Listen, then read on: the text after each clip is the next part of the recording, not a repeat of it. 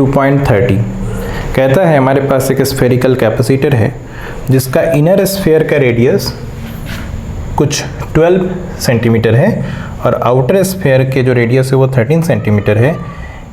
Inner sphere पे 2.5 microcoulomb charge place किया जा रहा है और आउटर स्फेयर को अर्थेंड कर दिया गया, यानी कि राउंड कर दिया गया है।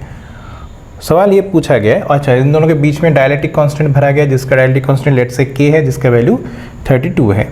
तो पूछा ये गया है कि पहला सवाल इसमें फर्स्ट पार्ट में determine the capacitance of the capacitor. तो सिंपल सी बात है, इस स्थिति में आप जानते हैं कैपेसिटेंस ऑफ द कैपेसिटर हो जाता है k times 4 pi epsilon not R1 R2 upon R1 minus R2, right. तो R1 की वैल्यू हमारे पास है 13 सेंटीमीटर, आउटर स्फेयर के रेडियस जो कि 0.13 मीटर हो गया। इनर वाले स्फेयर के रेडियस R2 है जो कि 12 सेंटीमीटर यानी कि 0.12 मीटर, k के वैल्यू 32 और 4 पाई एप्सिलॉन नॉट की वैल्यू आप जानते हैं 1/9 इंटू 10⁹ न्यूटन मीटर स्क्वायर पर कूलम स्क्वायर, राइट। तो इन सभी वैल्यूज़ को इसके ऊपर सेट करते हैं। तो k की वैल्यू 32, 4 पाई एप्सिलॉन नॉट की वैल्यू 1/9 इंटू 10⁹, R1 R2 की वैल्यू 0.13 अपॉन 0.13 माइनस 0.12। तो फाइनली C की वैल्यू आ गया 5.5 इंटू 10⁻⁹ फैराड, ठीक है।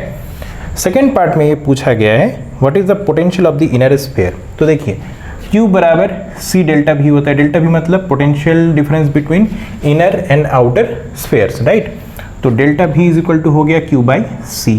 तो डेल्टा V का मतलब voltage of the inner sphere minus voltage of the outer sphere. क्योंकि आउटर स्फेयर को ग्राउंड किया गया है इसलिए आउटर स्फेयर की वोल्टेज हो जाएगा 0। तो इनर स्फेयर के हमने मान लिया V, तो V minus 0 is equal to Q by C। Value रखो 2.5 इंटू 10⁻�6 कूलाम दिया हुआ था और C का वैल्यू हमने निकाल रखा है, इसको सब्स्टिट्यूट कर दिया। तो इनर स्फेयर के वोल्टेज आ गया V is equal to 4.5 into 10⁻² volt. Clear है। थर्ड पार्ट ये पूछा गया है कि अगर सिर्फ एक आइसोलेटेड स्फेयर होता है जिसका रेडियस 12 सेंटीमीटर होता है उसका कैपेसिटेंस कितना होता है। तो आप जानते हैं उसका capacitance 4 pi epsilon not R होता है, राइट। तो हमने वैल्यू पुट कर दिया 4 पाई की वैल्यू 22/7, एप्सिलॉन नॉट की वैल्यू रख दिया मैंने 8 into 8.85 into 10⁻12 and into R की वैल्यू 0.12 फैराड।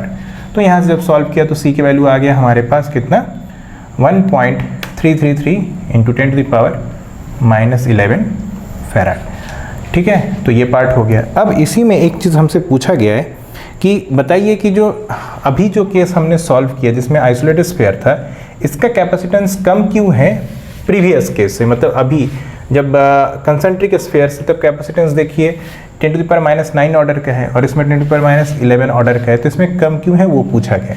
तो इसके लिए एक काम करते हैं, इस आइसोलेटेड स्फेयर पे जिसके लिए हमने सॉल्व किया जिसका रेडियस R है, इसके सरफेस पे वोल्टेज कितना होगा वो पता कर लेते हैं। तो वोल्टेज इक्वल टू जानते हैं KQ बाई R होता है, यानी कि Q upon 4 pi epsilon not R, सबकी वैल्यू सब्स्टिट्यूट कर दिया, राइट।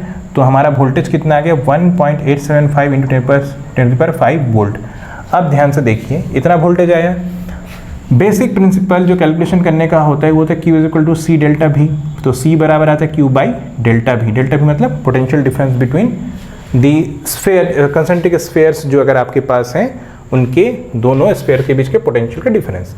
इस केस में वोल्टेज कितना आया देखिए, ये आया आपके पास इनर स्फेयर का आ रहा है 4.5 और आउटर स्फेयर का कितना था 0, यानी कि पोटेंशियल डिफरेंस 4.5 इंटू 10⁻², इसका ऑर्डर 10⁻² है।